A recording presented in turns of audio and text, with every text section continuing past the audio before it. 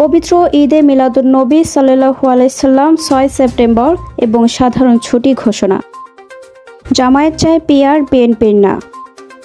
বাংলাদেশ সরকারের প্রশংসা করল যুক্তরাষ্ট্র।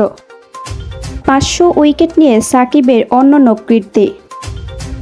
জোড়া গোলে রিয়ালকে জেতালেন এমবাপ্পে। আসসালামু আলাইকুম। বাড নিউজ 24-এ আপনাদের সবাইকে স্বাগত জানাচ্ছি। আমি নাইমা আক্তার কেয়া। এতক্ষণ দেখছিলেন সংবাদ শিরোনাম, এখন দেখবেন বিস্তারিত। বাংলাদেশের আকাশে রোববার ১৪৪৭ হিজরি সনের পবিত্র রবিউল আওয়াল মাসের চাঁদ দেখা যায়নি, ফলে পূর্ণ ৩০ দিন হয়েছে পবিত্র সফর মাস। আজ সন্ধ্যায় শুরু হবে পবিত্র রবিউল আওয়াল মাস। এ কারণে আগামী ৬ সেপ্টেম্বর শনিবার পবিত্র ঈদে মিলাদুন্নবী সাল্লাল্লাহু আলাইহি সাল্লাম পালিত হবে। আরবি ১২ রবিউল আওয়াল প্রতি বছর হিজরি বর্ষ অনুযায়ী পবিত্র ঈদে মিলাদুন্নবী সাল্লাল্লাহু আলাইহি সাল্লাম পালন করা হয়। রোববার ২৪ আগস্ট চাঁদ দেখা না যাওয়ায় সফর মাস ৩০ দিনে শেষ হচ্ছে। তাই ১২ রবিউল আওয়াল ৬ সেপ্টেম্বর শনিবার পালিত হবে। বাংলাদেশে ঈদে মিলাদুন্নবী সাল্লাল্লাহু আলাইহি সাল্লাম দিন সাধারণ ছুটি পালিত হয়। আগামী জাতীয় সংসদ নির্বাচন ফেব্রুয়ারি প্রথমার্ধে অনুষ্ঠানের সিদ্ধান্ত হলেও নির্বাচন পদ্ধতি নিয়ে এক ধরনের জটিলতা তৈরি হয়েছে। জাতীয় সংস্কার কমিশনের প্রস্তাবিত উচ্চকক্ষ সহ উভয় কক্ষে সংখ্যানুপাতিক প্রতিনিধিত্ব ভিত্তিক পিআর পদ্ধতিতে নির্বাচনের দাবিতে সোচ্চার বাংলাদেশ জামায়াতে ইসলামী ও ইসলামী আন্দোলন বাংলাদেশ। এদিকে জাতীয় ঐকমত্য কমিশন উচ্চকক্ষে পিআর পদ্ধতির সিদ্ধান্ত নিলেও তাতে আপত্তি দিয়েছে বাংলাদেশ জাতীয়তাবাদী দল বিএনপি। দলটি পিআর পদ্ধতির ঘোর বিরোধী।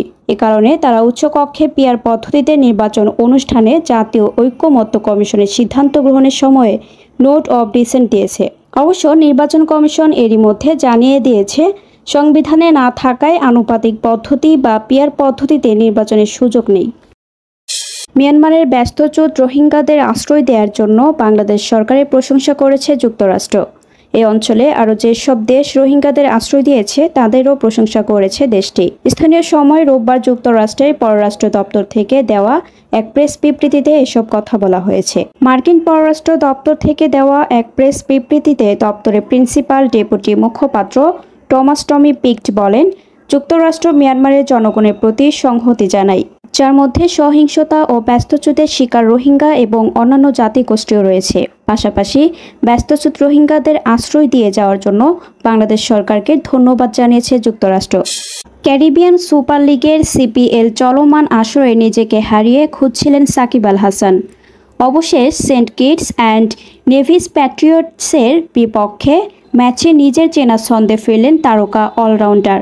তাতেই এক অন্যান্য কীর্তি ধরা দিল তার নামের পাশে। ম্যাচটিতে ৭ উইকেটে জয় তুলে নিয়েছে অ্যান্টিগা। ব্যাটে বলে নৈপুণ্য দেখিয়ে ম্যাচ সেরার পুরস্কার জিতেছেন সাকিব। স্যার ভিভিয়ান রিচার্ড স্টেডিয়ামে আগে ব্যাট করে ১৩৩ রানে থামে সেন্ট কিটসের ইনিংস। তাদের হাতের নাগালে রাখার পথে দুর্দান্ত বোলিং করেন সাকিব। ২ ওভারে ১১ রান খরচায় নেন ৩ উইকেট।